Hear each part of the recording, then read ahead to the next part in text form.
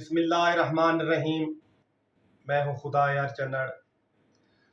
अल्लाहुम्मा सल्ले अला सैयदना मौलाना मुहम्मदिन व अला आले सैयदना मौलाना मुहम्मदिन व बारिक वसल्लम।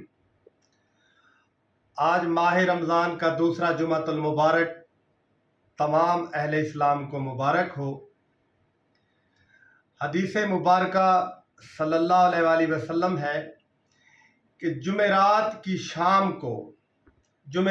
शाम से लेकर जुमे की शाम तक, यानी कि जुमेरात की शाम को सूरज गरूब होने से लेकर जुमे की शाम को सूरज गरूब होने तक आसमानों से फरिश्ते उतरते हैं, जिनके हाथ में सोने के कलम और चांदी के वर्क होते हैं।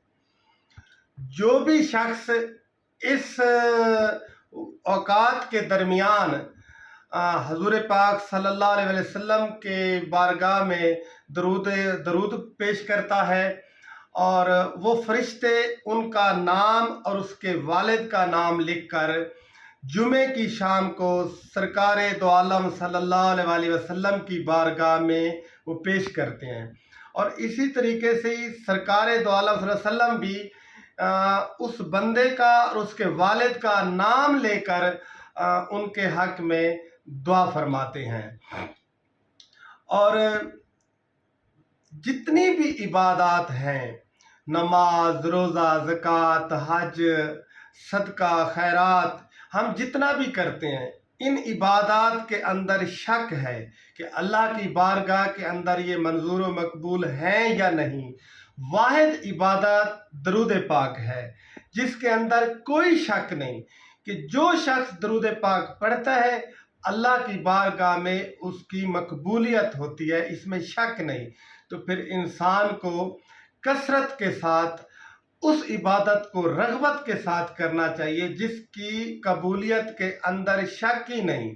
इसलिए दरूद पाक जुमे को कसरत के साथ पढ़ना चाहिए, क्योंकि ये हमारे लिए बड़ी एक इंतहा खुशी की बात है कि जब फरिश्ते हमारा नाम लेकर जाकर सरकार की बारगाह में पेश करते हैं कि या रसूलुल्लाह सल्लल्लाहु अलैहि वसल्लम के फलां शख्स बिन फलां ने आपकी बारगाह में दरूद पाक भेजा है, तो फिर सरकार दो आलम सल्लल्लाहु अलैहि वसल्लम भी हमारा नाम लेके, हमारे वालिद का नाम लेके दुआ फरमाते हैं उनकी बख्शिश के लिए।